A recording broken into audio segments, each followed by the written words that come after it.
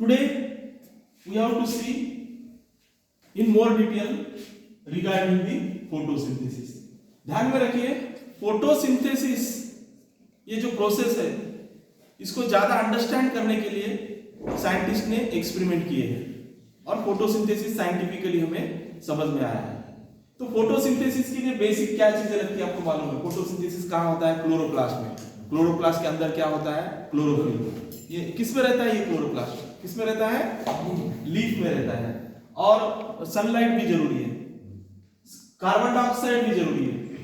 ये सब चीजें रिक्वायरमेंट है फोटोसिंथेसिस के लिए। इसमें से अगर एक भी चीज नहीं है तो फोटोसिंथेसिस नहीं होगा, उस पर असर होगा। All of you getting? तो इसमें देखिए पहला जो एक्सपेरिमेंट है वो दर्शाता है कि प्लेटफॉर्म जो है फोटोसिंथेसिस का क्या है? लीफ है। लीफ के अंदर क्या रहता है? क्लोरोप्लास्ट। क्लोरोप्लास्ट के अंदर क्लोरोफिल। तो साइंटिस्ट ने क्या किया, इधर देखिए एक लीफ ले लिया है और उसका पर्टिकुलर पार्ट क्या किया है? ब्लैक पेपर से कवर किया। You are getting my point?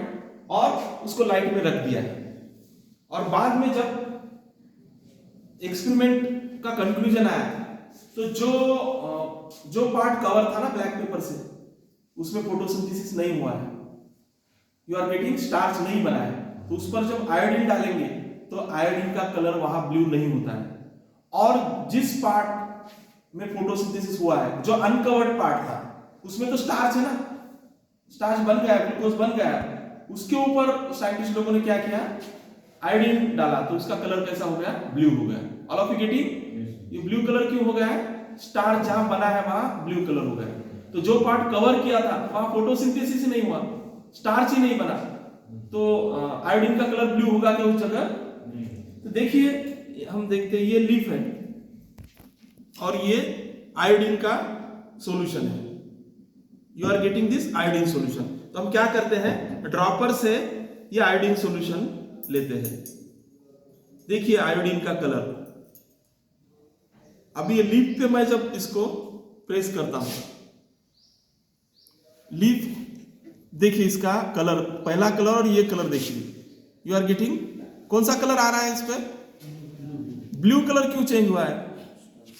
Starch की वजह से क्या हुआ है? What happened due to that? Starch की वजह से रिएक्शन हुआ है आयोडीन का और ब्लू में कन्वर्ट हुआ। All of you getting this experiment? तो इससे क्या पता चलता है हमें कि फोटोसिंथेसिस के लिए क्लोरोफिल जरूरी है कि नहीं जरूरी है? क्लोरोफिल है तो स्टार्च बनेगा, क्लोरोफिल नहीं है तो स्टार्च बनेगा क्या? ग्लूकोज बनेगा क्या? दूसरा एक्सपेरिमेंट देखिए, इसमें क्या किया उन्होंने? Part of a leaf enclose in a test tube containing KOH। एक लीफ का पार्ट ले लिया और टेस्ट ट्यूब में उसको रख दिया पैक, और उस टेस्ट ट्यूब में क्या, what is taken in that test tube? ये क्या है? ये KOH के प्लेट है। ओके, ये KOH के प्लेट उसमें रख दिए। तो हुआ क्या? KOH ने क्या किया? वो जो CO2 था टेस्ट ट्यूब के अंदर का, वो पूरा CO2 एब्जॉर्ब कर लिया और कुछ हाफ पार्ट जो था उस लीफ का वो बाहर था, बाहर उसको CO2 मिल गया, लेकिन टेस्ट ट्यूब के अंदर का CO2 क्या कर लिया? KOH ने एब्जॉर्ब कर लिया। तो फिर बाद में वो लीफ ले लिया और दोनों पार्ट में टेस्ट ले लिया।